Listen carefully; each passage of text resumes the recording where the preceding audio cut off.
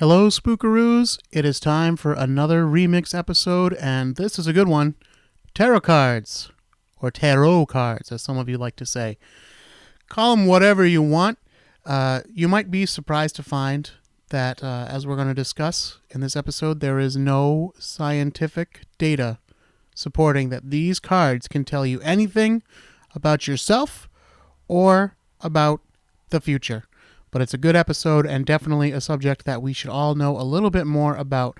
I apologize if I sound a little stuffy. Don't worry, that's just my regular morning time stuffiness. It is 6:20 a.m. as I record this on a Friday morning, and just trying to get it put out there for you guys so you can enjoy the show for the weekend. But this is not a corona symptom. This is just regular stuffiness. In fact, I am fully vaccinated from coronavirus, being a frontline worker, basically a hero and a saint. I was giving the vaccine very early here in Massachusetts. And for all you conspiracy people out there, I want to say that I feel fine. And also the microchip hasn't really made me do anything worse than I would normally do anyway. So no worries there. All right, you guys, go learn about the tarot cards from me and Brian Tony.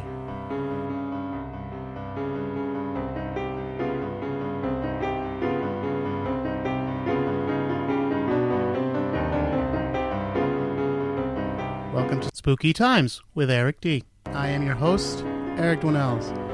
My guest tonight, returning once again, the man of mystery himself, Brian Tony. Mm-hmm. Hey, everybody. I don't know why this time I'm like staring at the tracking on the screen. There's nothing there for me. No? It's not interesting. It's not for you. All right. You're Focus welcome back. to look at it, but Okay. we just got back. I just took Brian out for a lovely Italian dinner. A plated dinner. Now, over dinner, you mentioned that you actually had something to plug, which is the first time you've been on here Yeah, with something to plug. that's right. What do you got to tell us We do about? that at the beginning? Yeah. Oh, Well, okay. at the end, too, we'll remind people. All right. Well, I would like to plug my good friend's first album. Her name is Hana Khan. That's HANAKAHN. And she just came out with her first EP. It's called Bloom. So if you go to hanakhan.com, she's kind of awesome. So check that out. Now, look at that. What a gentleman. What a friend. He's got his first plug, and he's not even using it for himself.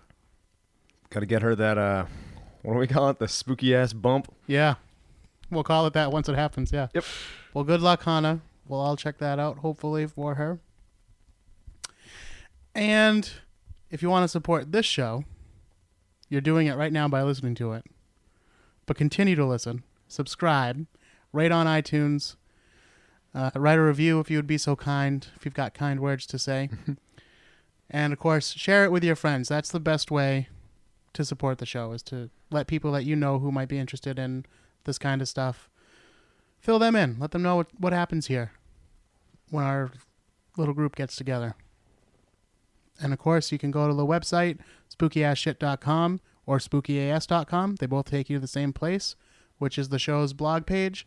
And there are pictures from this episode and every episode, plus a little write-up, and sometimes even outtakes from the episode.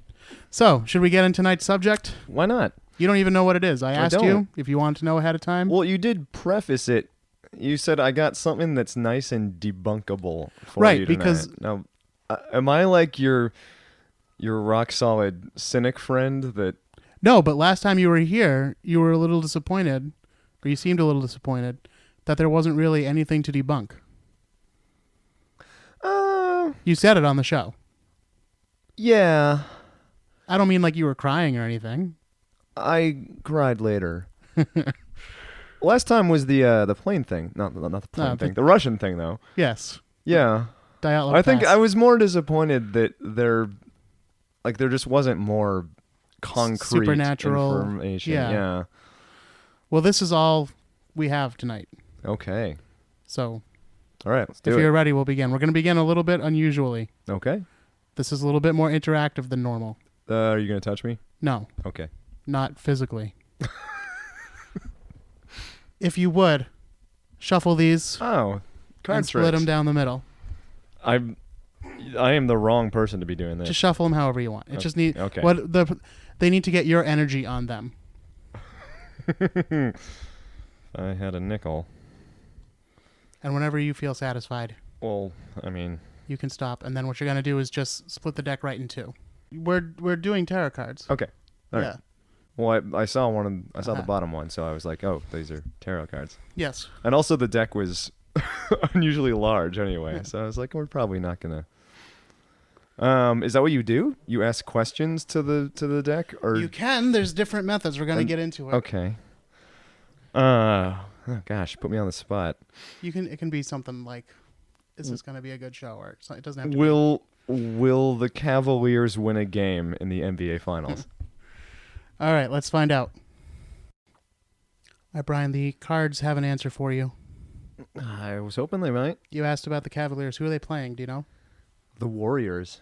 Oh, okay. So that'll be That's cool. right. Well, Don't you that's right me. so it's not looking good for the Cavaliers, according to the cards. Okay. Because you have the star, Mm. which is a good card, but it's inverted. So it's ungood now. It's ungood. And there's seven stars pointing the wrong way. Okay. And how many games in a series? Up to 7. Up to 7. Uh-huh. Then you have the 7 of Wands. Of wands. Yeah. And as you can see on this card, you have a gentleman holding a staff. Very Will Ferrell and Precarious. Elf. He does sort look a of little bit character. like that, yeah. He's very precarious on the edge of a promontory here. And there are 1, 2, 3, 4, 5, 6 staffs pointing up towards him, against him. Yeah. So I believe, I'm not an expert tarot card reader, but I believe Cavaliers are going to lose 1 game to 6. Okay, that's not a thing that can happen. It is according to the cards. Okay, I've determined a flaw in your system. It's not my system. I only read what the cards tell you. Okay. Oh, that's fair. Well, it's interesting because by the time this is out, we will probably know the answer, whether or not that is the case. I believe that statistically, the Vegas betting line, it's fairly even whether they will or Well, not. according to the cards, Well, they will play all 7 they games. they will continue to play in the once best of 7 series. once one team has already lost because hey, what else are we doing on Thursday? All right. All right, so tonight's subject I can't poke a hole in that.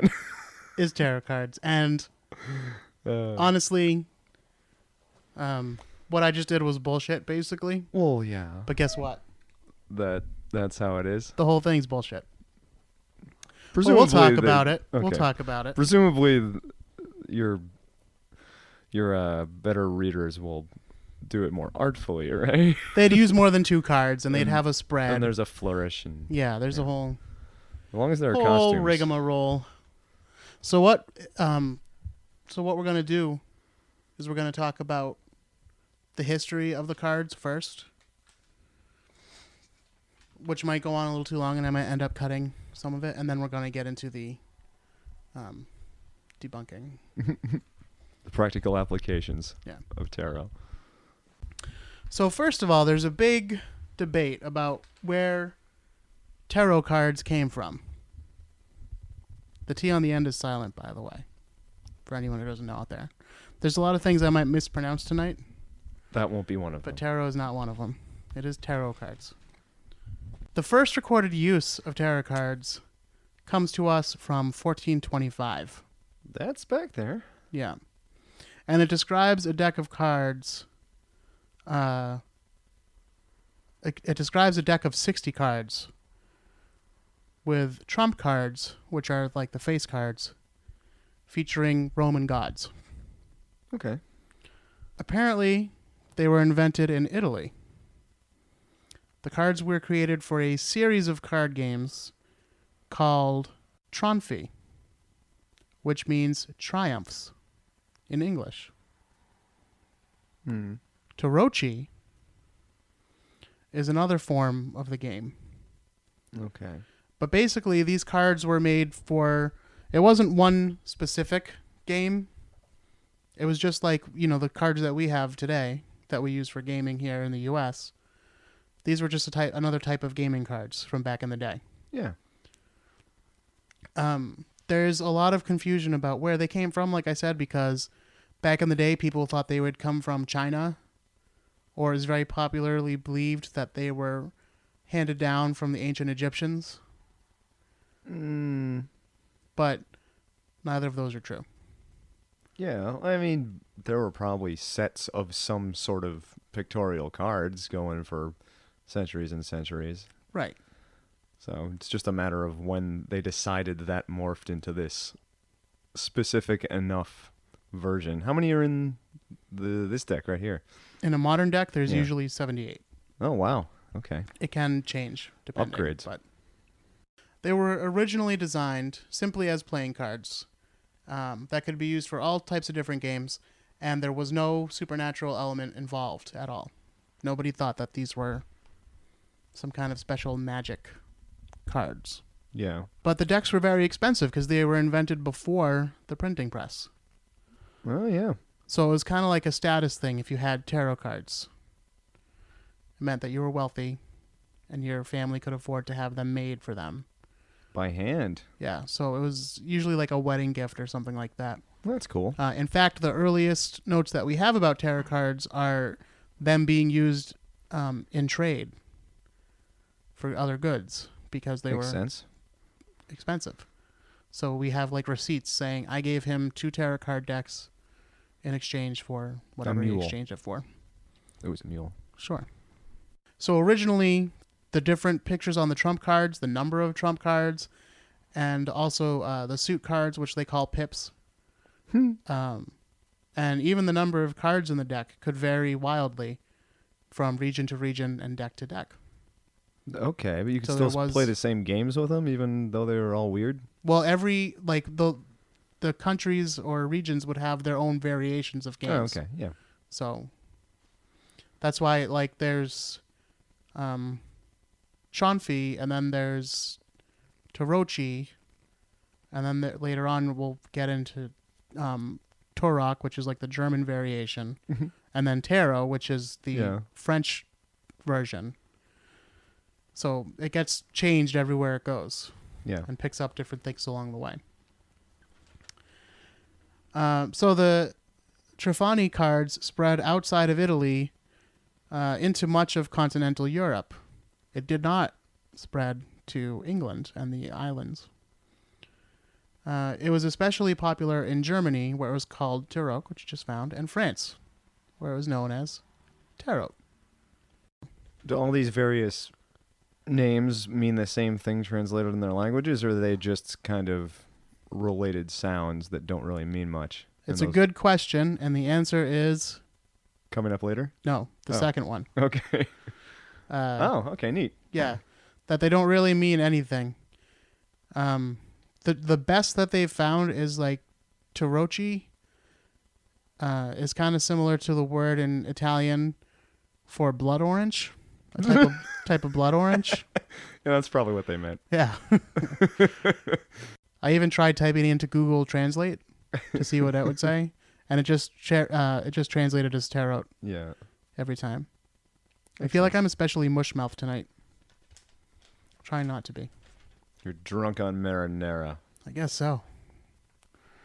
After it gets out of Italy, and especially into France, that's when we start to see the more traditional cards that we're familiar with today. The Tarot de Marseille. Say it like I know what I'm saying. Is that the French one? Yeah. Marseille, right? Marseille. Yeah, I think it's Marseille or Marseillaise. Okay. The Tarot de Marseille. My mom could totally tell us. Okay. The Tarot de Marseille is the card, like that's the version of the deck. It's a very significant version. That's kind of where all the versions that we know today come from. Mm-hmm. It's not the exact same version. Close enough. You would recognize it. You would know, that's, I would. Those are tarot cards. Yeah. And I believe they still make versions of that deck today. Along the way, when it got outside of Italy, that's when the images on the trump cards started to change. So instead of being Roman gods, they changed to pictures of like archetypes that you would find in medieval life. And Such as a magician or a juggler, the lovers, the hermit, the fool, all those kinds of like those face cards, along with traditional Christian imagery. Naturally. Which is where you have the Pope, the Devil, and the Judgment card. Wait, for example, there's a tarot card that's just the Pope? Yeah. Even in a modern deck? They're called the High Priest in the modern deck. But there is a reason why. Because one of the controversial cards from the Marseille deck was the Papess. Mm-hmm. Which was... Why? Why was it controversial? The female Pope. Oh, get out of here. That's great stuff. So, people believe that is based on the legend of Pope Joan, which is a legendary female pope. I've never heard of this. How have I never heard of this? I don't know. Pope Joan Paul? Yeah, from the Middle Ages. But most historians agree that she most likely was not a real person.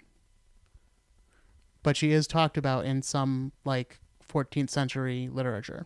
Interesting. I'm going to look that up. So they put her, you can Google it.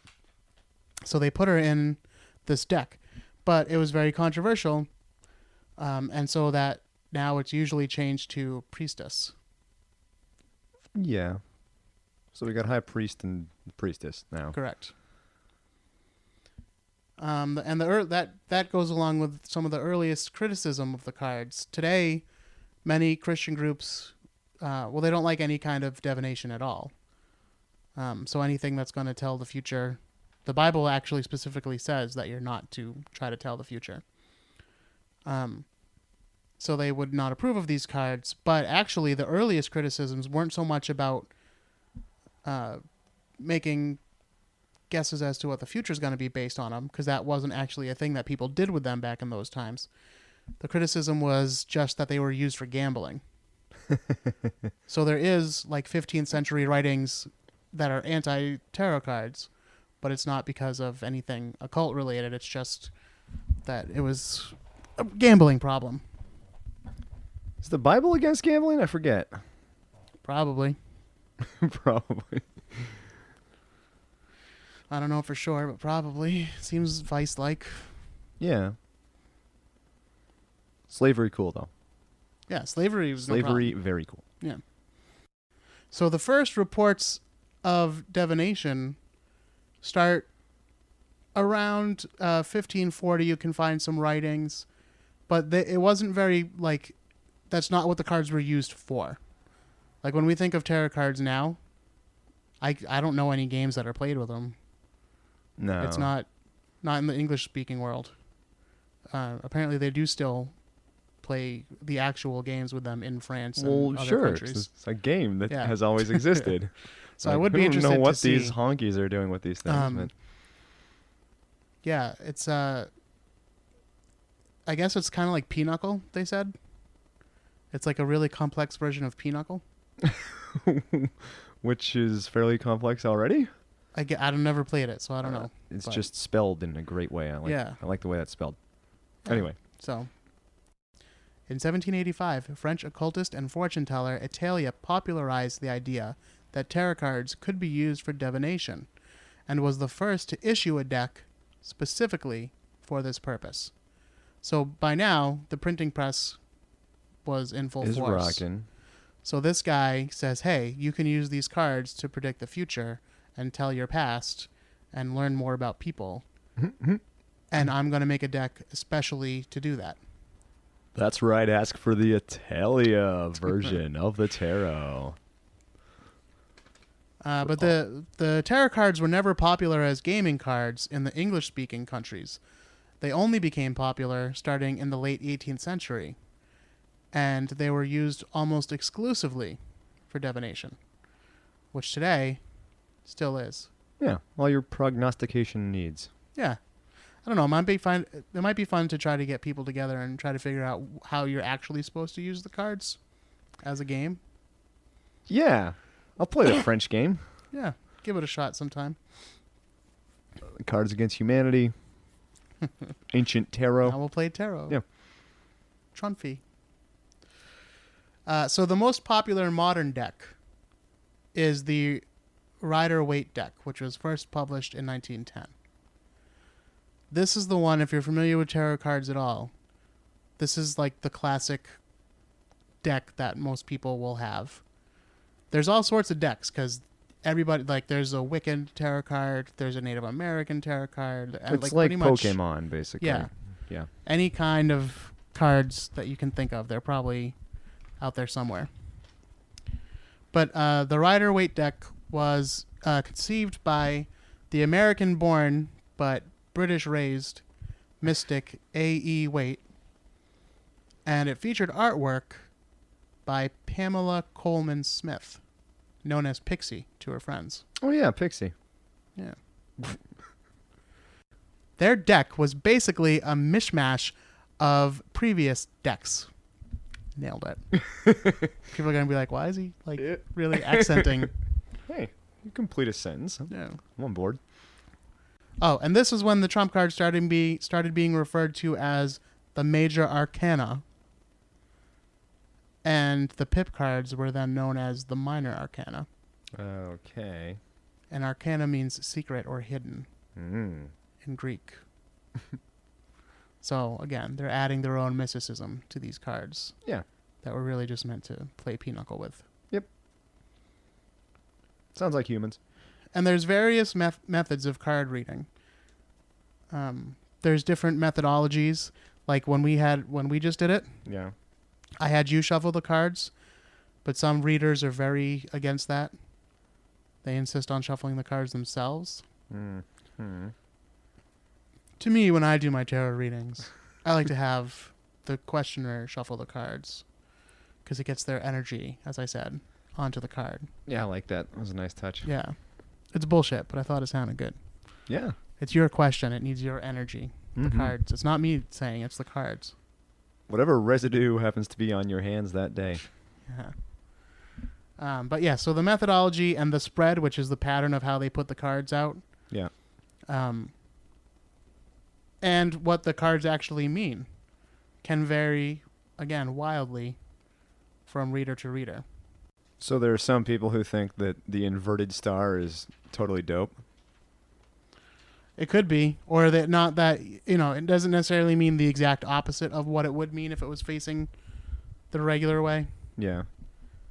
Now that we've discussed the tarot cards, see, you might be interested to know what each card means. Maybe not each card since there's 78, but some of the key cards you might be wondering, oh, well, but what does the death card mean? What does this card mean? What does this card mean? I probably wouldn't ask you what the death card means. Well, it doesn't mean symbolize death necessarily. What? Okay. It can symbolize change. Fine, you tricked me into it. But the thing is, we could do that, but the thing is, everybody has their slightly unique take on what each card means. Yeah. Because a lot of times they're making it up. Yeah. So, and it's a matter of how good a card reader you are. Yeah. So, and by that I mean showman. A showman, yeah. What kind of presentation you're putting on.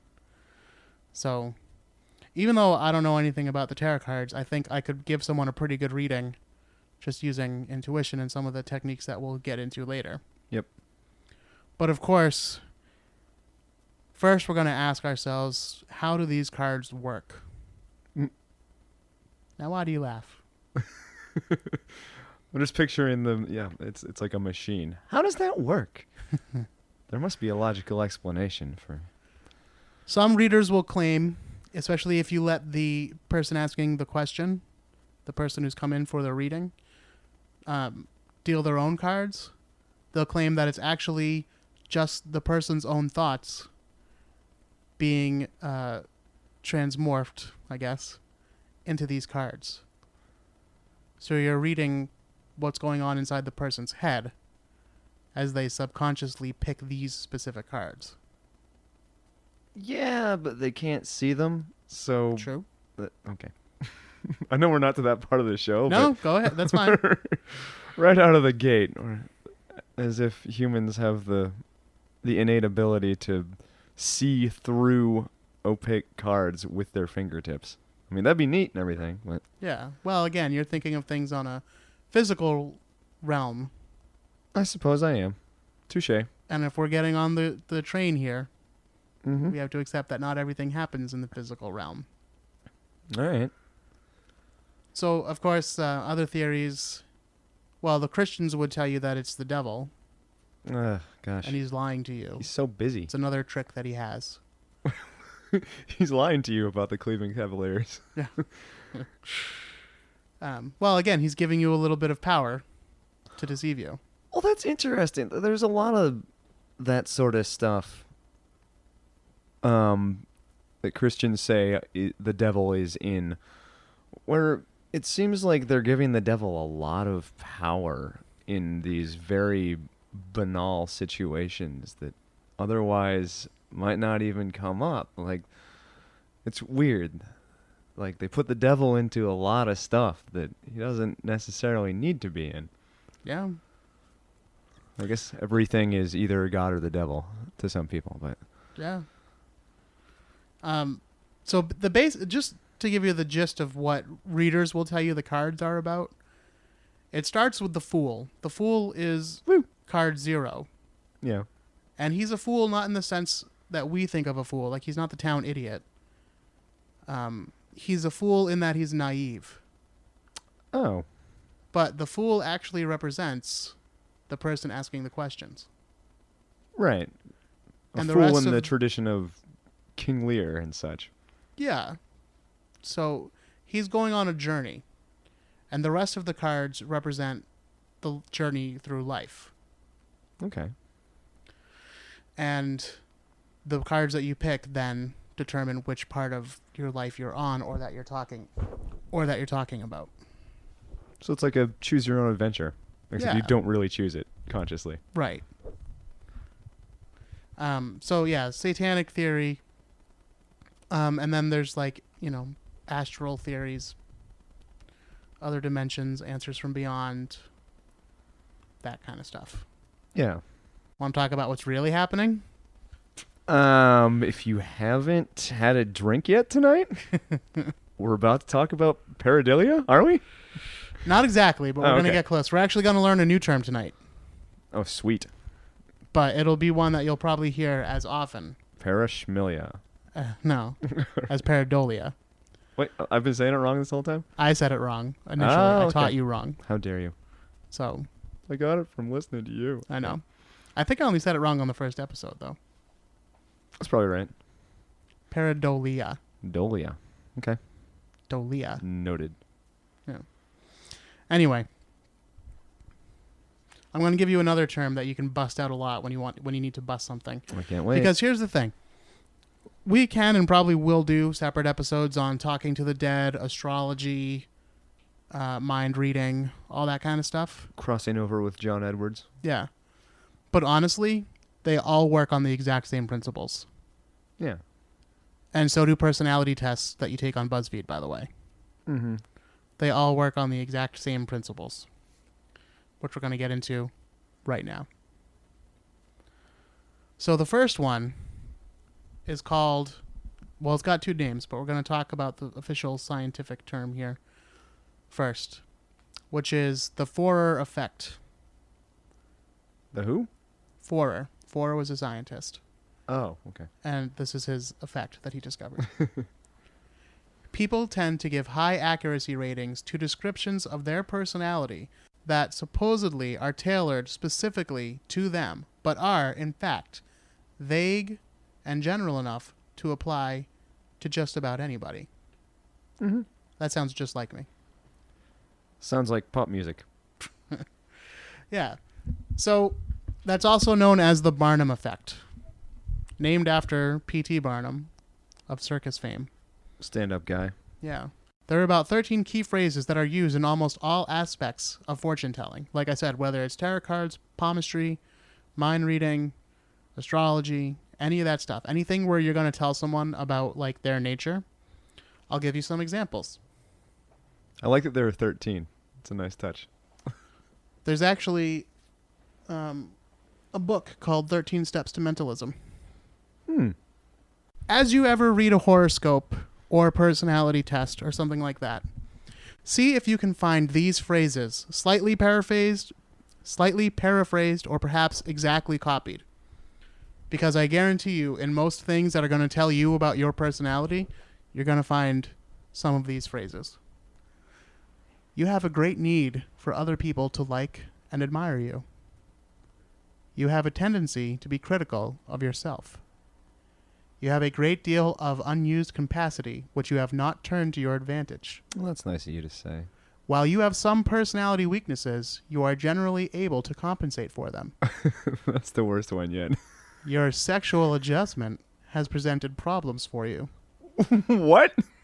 Yeah, that's a good one. Okay, I wasn't expecting to hear that.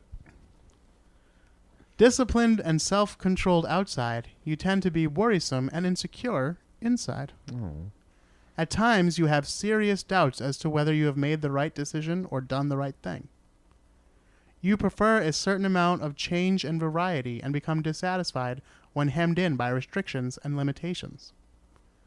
You pride yourself as an independent thinker and do not accept other statements without satisfactory proof. You have found it unwise to be too frank in revealing yourself to others. At times, you are extroverted, affable, sociable, but at other times, you are introverted, weary, and reserved. Some of your aspirations tend to be pretty unrealistic. Security is one of your major goals in life. So those are the 13 key phrases. Yikes.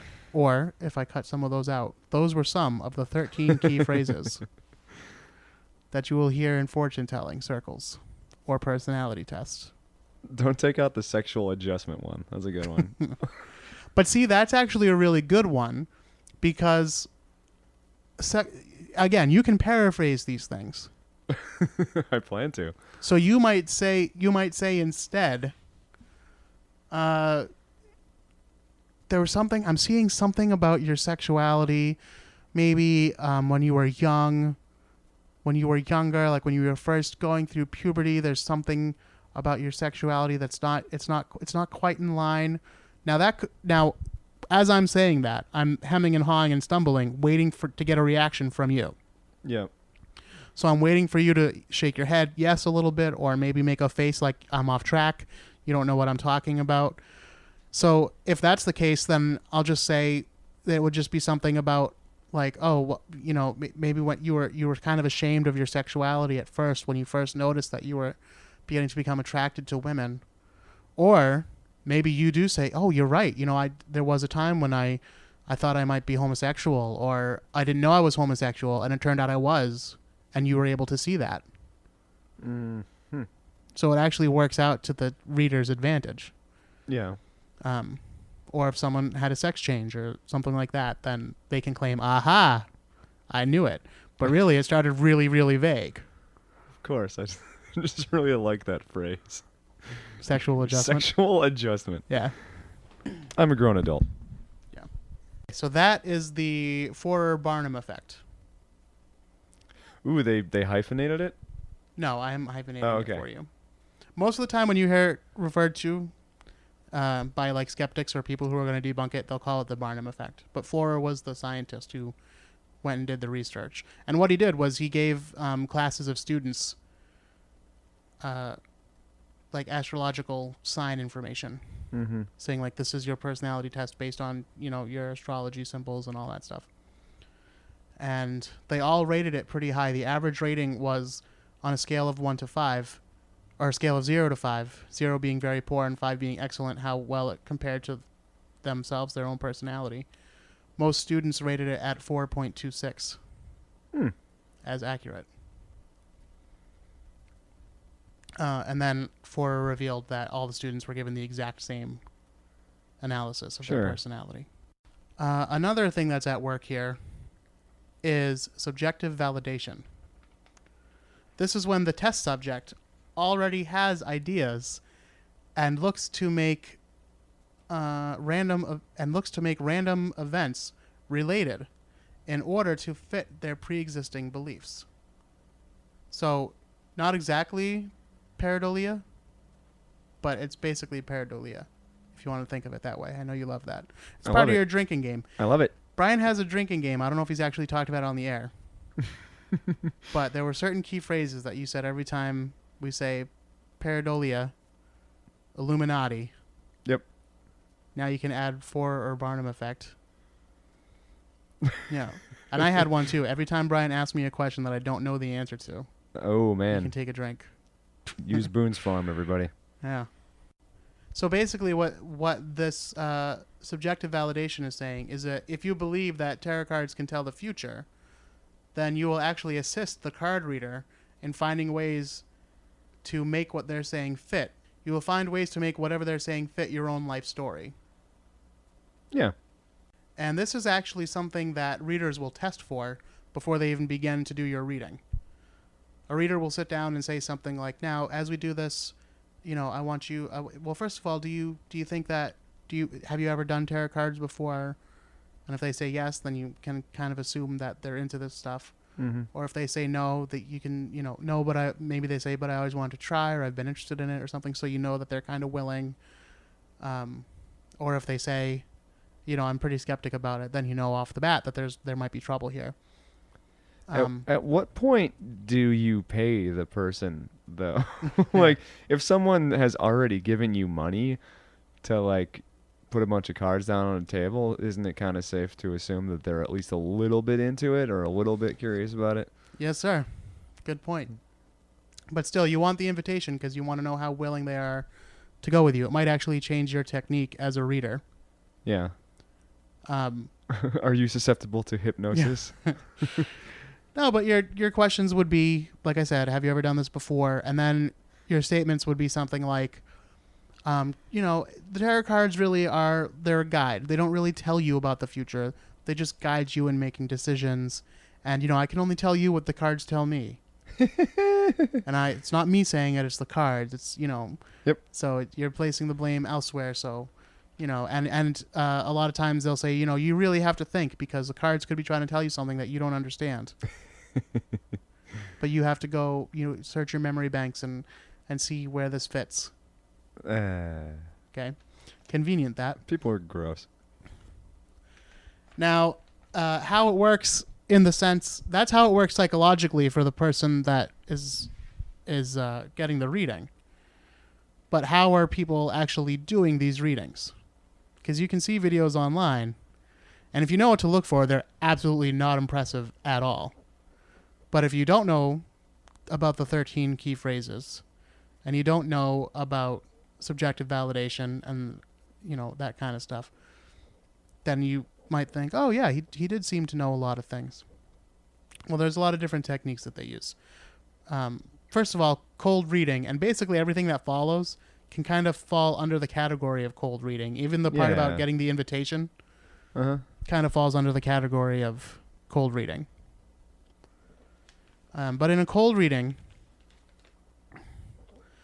the person doing the fortune telling, in this case through tarot cards, is giving you high probability guesses and then trying to pick up your signals that you send out as to whether their guess is correct or not.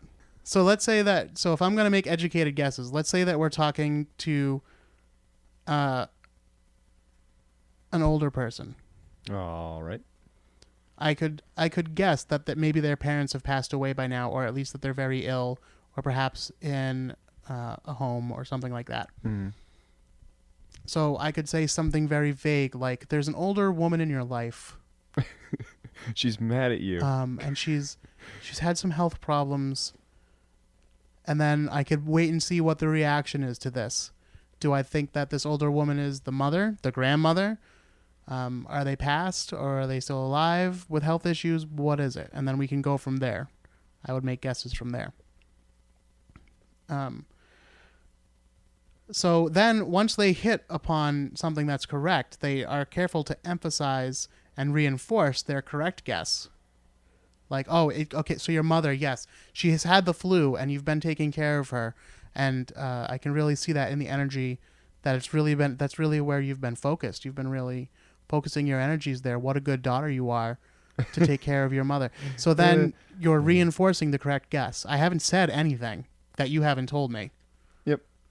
Because I didn't guess that your mother had the flu, but I said something about an older woman who wasn't feeling well, and you said my mother had the flu. Ah, yes. Well, that's it. Blah blah blah. So now it's suddenly I knew it. Yep. And not only did I know it, but what a good person you are. I was just about to say specifically that, but then you did. Yeah. However, if they make incorrect guesses, they move past those real quickly. And this is also when they start asking questions like, "Does this fit?" There's a man over your shoulder, or I'm talking about dead people again. And we got to stick to tarot cards. I'm seeing the letter Q a lot. Yeah, no, I'm seeing an older man. I see an older man, and he, blah blah blah. His name, like whatever. Does this make sense? Does this make sense to you? Does this make sense in your life? No. They start asking those kind of questions. Oh, it doesn't fit. Well, just try to think really hard and see if there's anything you can think of as we move on. Because I'm pretty sure about this. Yeah, because I keep getting from the cards that there's an older man who's waiting for you to ride a horse. Quentin. I think his name's Quentin. All right. They also ask a lot of open-ended questions. So it would be something like they'd be looking at the cards and they'd say, "Who is the woman that you had trouble with?" Something like that. No, I'm sensing there's a woman that you had trouble with. There's a great video on YouTube, which I'll play you specifically a clip for in a little bit. It's called Tarot Cards Are Bullshit.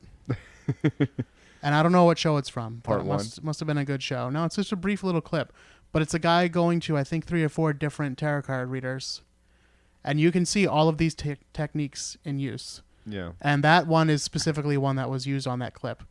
Oh, I see that you've had trouble with a woman. And the guy's like, well, yeah. I'm 42 years old. I've had trouble with women in my life before. But see, that's so vague.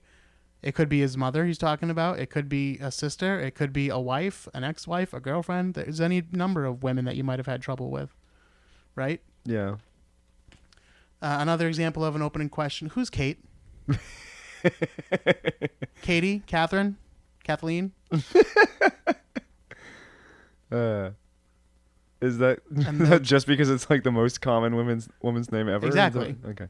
Yeah.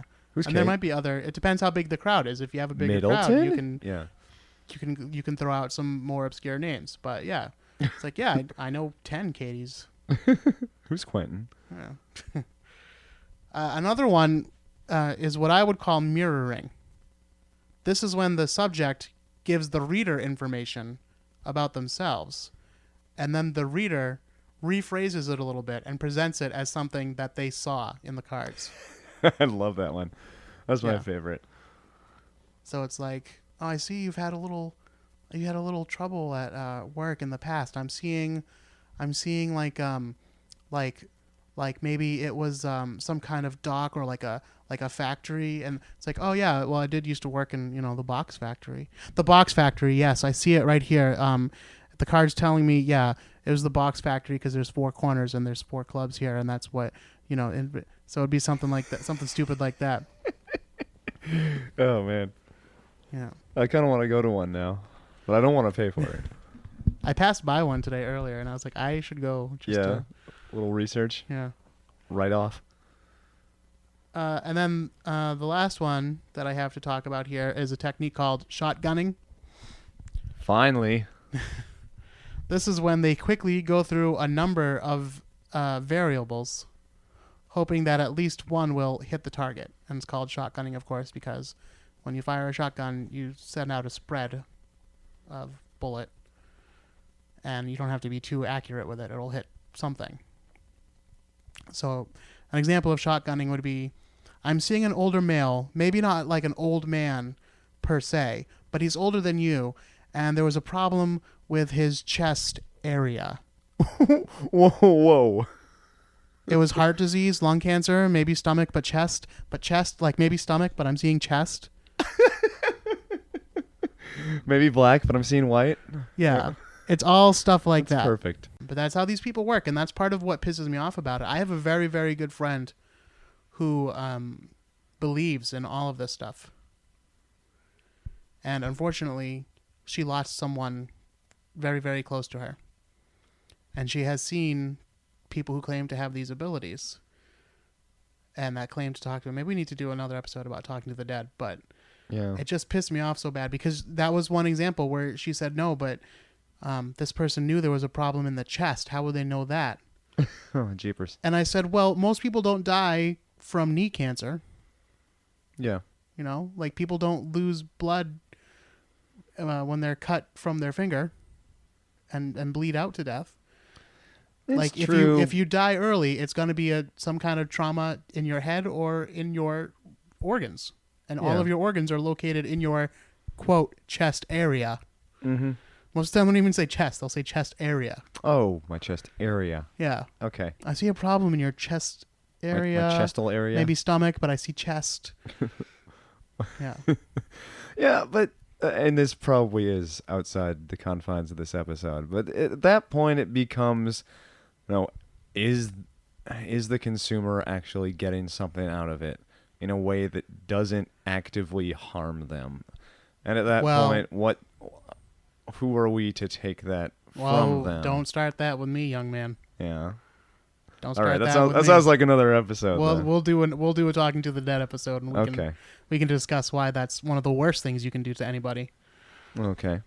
But the thing is, with tarot cards, there are people who actually believe that the cards have these... They kind of trick themselves into believing that the cards have these powers, even though they're actually using cold reading techniques. Mm-hmm. They don't even realize it. I think most of them do. I think most of them realize that it's bullshit. Some people are doing it for entertainment, which I don't have a problem with as long as you're telling people this is just for entertainment. It's still fun. Like, I still like to read my horoscope and stuff like that. I don't put stock in it, but it's kind of fun to read anyway. Yeah. You know, it's just like everything else on spooky ass shit. Like, I don't believe in ghosts, but they're still fun to talk about. I still like a good ghost story. Read my horoscope because it's fun to imagine that this isn't all my fault. Yeah. Not my fault. It's stars, it was destined. Now it's the cards. Yeah, man. Just the cards. All right. Any other comments on tarot cards? I think I got everything I needed to say about it out. Do the cards...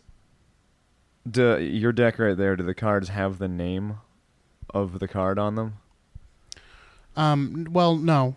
Not all of them. Like, this is the Seven of Wands. It's got a 7 on it. Yeah.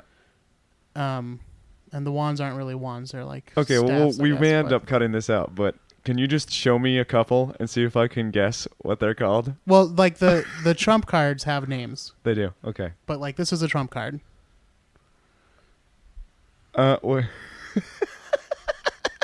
These are great, man. The sun? Is it the sun?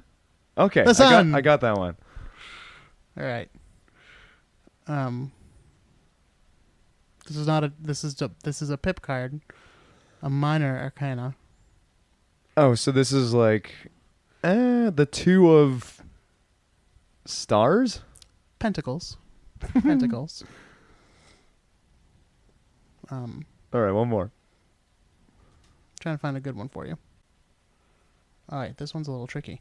See if we can get this one. I've done okay so far. Okay, so it says 7, but is it a 7 of something? No, or it's a trump card. It's a trump card. Okay.